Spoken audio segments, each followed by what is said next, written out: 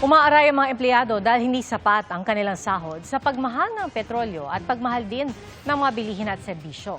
Ang sabi ng DOLE, kung makita raw ng mga wage board na may sapat na basehan, posible ang aumento sa sahod. Ang tugon po ng mga employer, alamin sa live na pagtutok ni Von Aquino. Von? Pia, nangangambang ilang manggagawa na nakausap natin na baka hindi na sumapat yung kanilang kita sa oras na tumaas ang presyo ng bilihin dahil sa pagsipa ng presyo ng langis.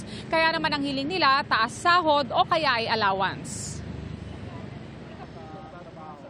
Minimum wage earners sina RM at Renz bilang housekeeper sa isang BPO company.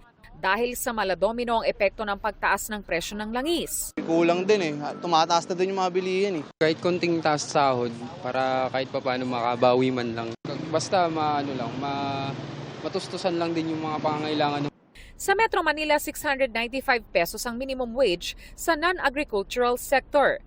Sabi ng National Wages and Productivity Commission, posible ang dagdag sahod kung may makitang sapat na basihan ang Regional Wage Board para rito. Should the board find urgent and reasonable grounds to issue a wage order within the 12-month period, it shall submit a written justifications sa ating pong commission for its immediate review and affirmation. So, once na na-affirm po ng commission yung magiging justification ng ating board, pwede na po silang mag-initiate ng minimum wage setting process.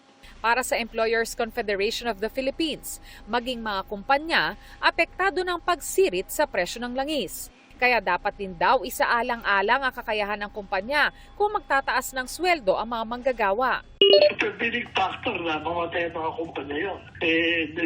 Yung binibigyan na minimum wage, sabi ko nga sa'yo, paiyakan na yan ngayon. Hirap na hirap na yung mga kumpanya. So yung pinagtataas sa sweldo, yung mandate na regional wage board, yung pinipilit na kayanin nyo.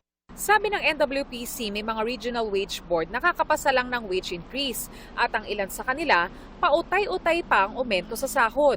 Para maibsan kahit papaano ang pagsirit ng presyo ng langis, isinusulong ngayon sa Kongreso ang pagsuspindi ng excise tax. Sakaling maisabatas, maaring umabot sa 10 pesos kada litro ang matapyas sa presyo ng produktong petrolyo. And hopefully within the next 2 weeks ay makapagbenepisyo na po at makinabang na po ang ating po mga kababayan.